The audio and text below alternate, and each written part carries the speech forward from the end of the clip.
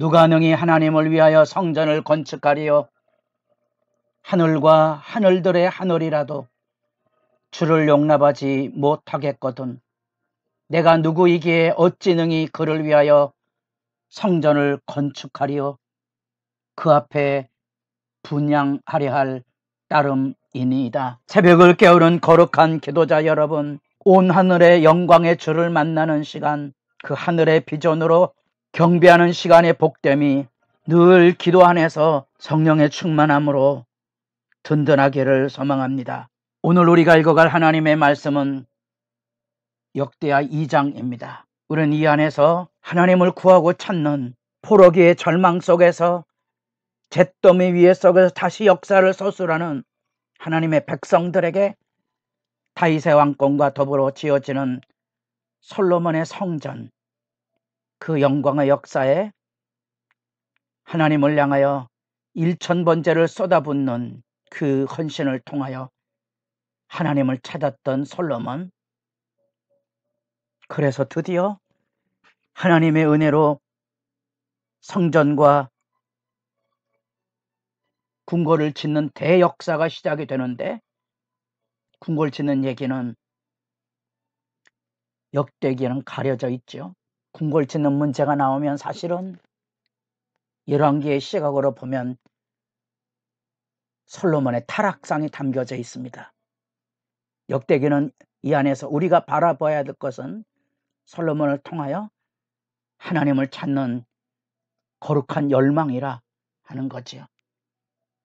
성전을 짓는 의미도 이방 신들이 섬기는 신의 성전을 지어드림으로 왕권의 권능을 가지고 선포하는 그런 개념이 아니고, 온 하늘과 하늘들의 하나님이 바로 여기 와 계신 하나님의 임재를 기다리고 머리를 조아리는 참된 예배의 삶을 지금 여기 들려주고 있고요.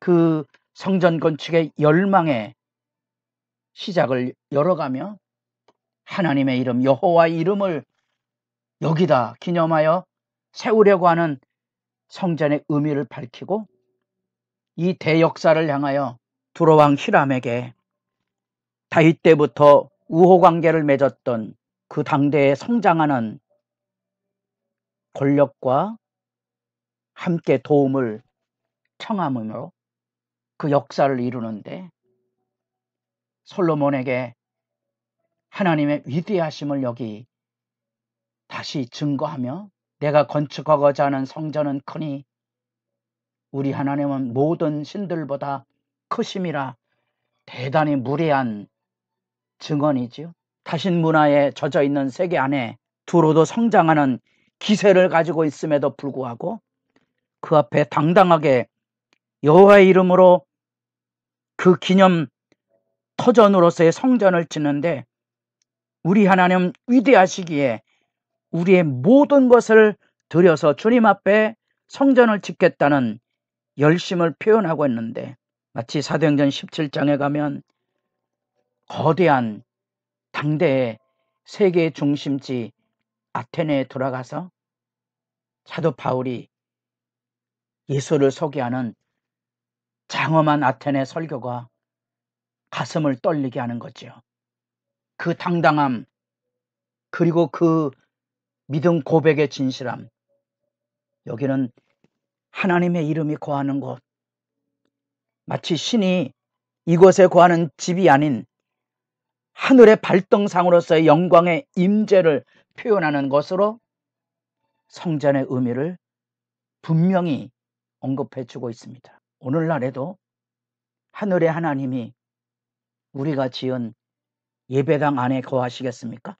그런 좁은 소견을 가지고 인간이 지은 예배당을 짓는다면 그건 하나님에 대한 모독이죠. 우리는 우리의 삶의 모든 것을 쏟아부어서 하나님의 이름을 드러내는 일에 우리의 삶을 드린 것뿐이지요. 우리가 자랑할 것은 예배당이 아니라 하나님의 이름이고, 1000번제를 쏟아붓는 솔로몬처럼 우리도 우리의 삶을 쏟아부은 것으로서의 영광의 의미를 분명히 가지고 있어야 한다는 거죠. 이 막대한 공사를 준비하며 이 두로왕 후람과의 교역을 통하여 이렇게 놀라운 그런 협력을 통하여 답신을 받습니다. 이 성전 짓는데 일꾼들, 전문 인력이죠. 쇠를 다루고 나무, 채색실까지 이루어지는 그 모든 것들, 그 거대한 건축 자재에 그 벌목과 뗏목을 통하 옆방으로 들어오는 엄청난 교역의 장소를 열어가며 강조하고 있는 게 바로 지혜이죠. 그래서 여기 7절, 12절, 13절, 14절 하나님 앞에서 지혜를 통하여 이루어져 갈 이 하나님의 영광의 사역을 지금 이야기하고 있고, 그 안에서 필요한 일꾼들을, 그래서 이방인들의 인구조사를 다윗 때 이미 해놓았고, 그 인구를 통하여서 여기 15만 3천 명의 총 부역 일꾼들을 구하고, 자국민들도 3만을 통하여 중요 직무를 맡겨서 대역사를 이루는 장면을 지금 우리가 읽어가고 있습니다.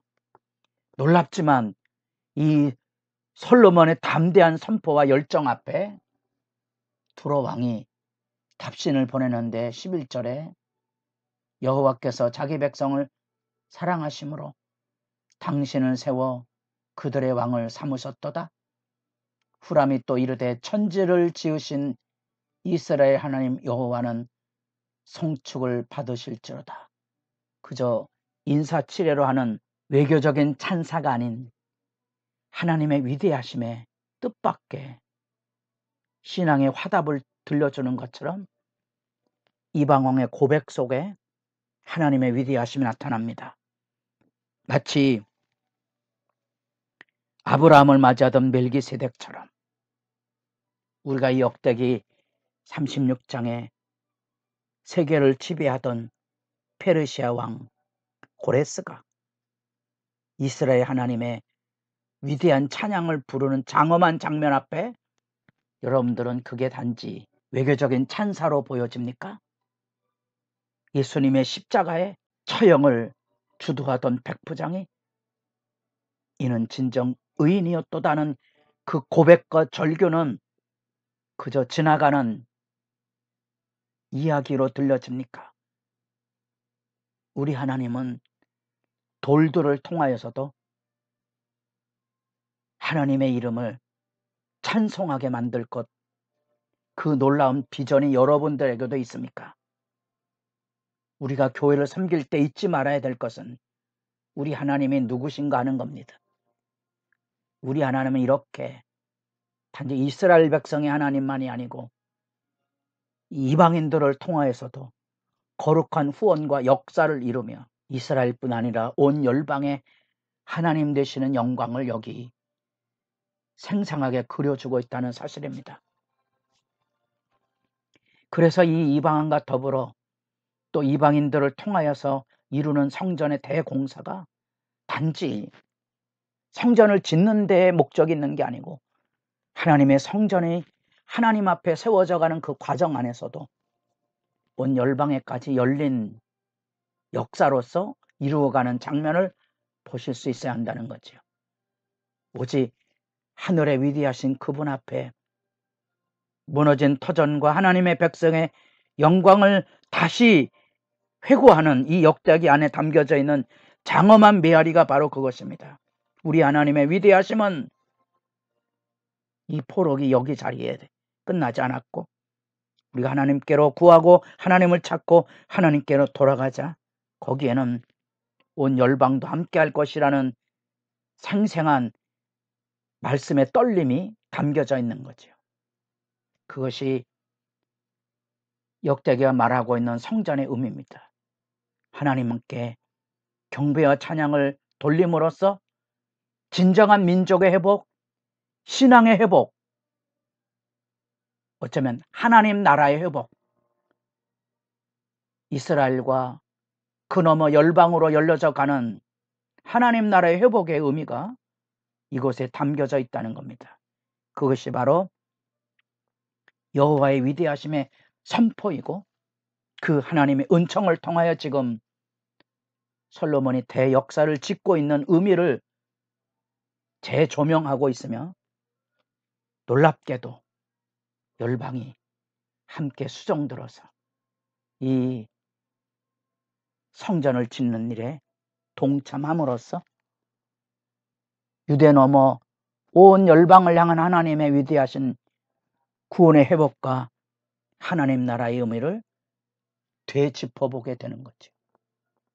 주님의 일에 우리가 가지고 있는 소화적인 행태, 이 작은 교회 안에서 높아지고 큰 소리치는 그런 구태의연함을 벗어버리고 우리 교회만, 우리나라만 잘 된다는 그런 편견과 스스로 작아짐에서 일어나서 열어서 나와 우리가 우리 교회가 아니라 주님의 교회들이 잘 되는 일, 세상에 온 세상에 하나님의 위대하심을 전하는 믿음의 비전을 이 땅바닥에서 먼지더미 속에 세워가는 역사 이야기를 다시 되짚어가며 기도하는 시간이 하늘의 벅찬 기대로 충만함으로 자리할 수 있기를 바랍니다.